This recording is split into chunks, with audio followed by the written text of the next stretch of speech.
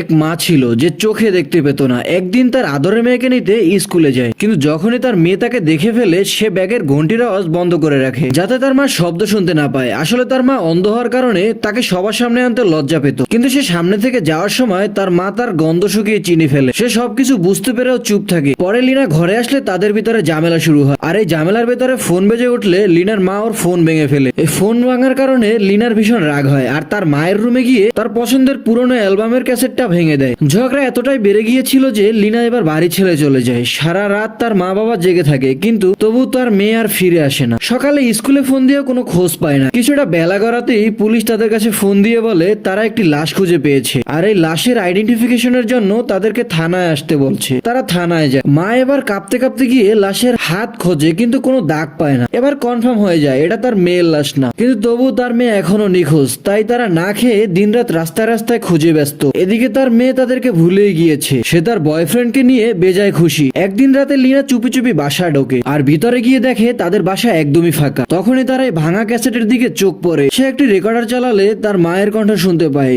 বেটি তুই আমাকে মাফ করে দিস। এবার তার ছোটবেলার কথা মনে পড়ে যায়। তার মা রান্না করার সময় প্রেসার কুকার উপরে উঠিয়ে রেখেছিল, যা তার হাতে টান লেগে নিচে পড়ে আর তার হাত পুড়ে যায়। মা কান্নার আওয়াজ শুনেই দৌড়ে আসে, আর সে তো চোখে দেখতে পেত না, তাই এবার সে নিজেই পড়ে যায়। কিন্তু সে নিজের কথা না ভেবে সবার আগে মেয়েকে ওঠায় আর হসপিটালে নিয়ে যায়। এরপর মেয়ের জন্য একটা ঘন্টা বানায় আর হাতে পরিয়ে দেয়। এবার থেকে তার মেয়ে যেখানেই যাবে তার আওয়াজ শুনতে পাবে। লিনা এবার তার ভুল বুঝতে পারে, আর এই বৃষ্টি রাতে ছাতা নিয়ে তার মায়ের মাথার উপরে ধরে। তার মায়ের সব রাগ যেন এবার শেষ হয়ে যায়, আর তাকে জড়িয়ে ধরে কান্না শুরু করে।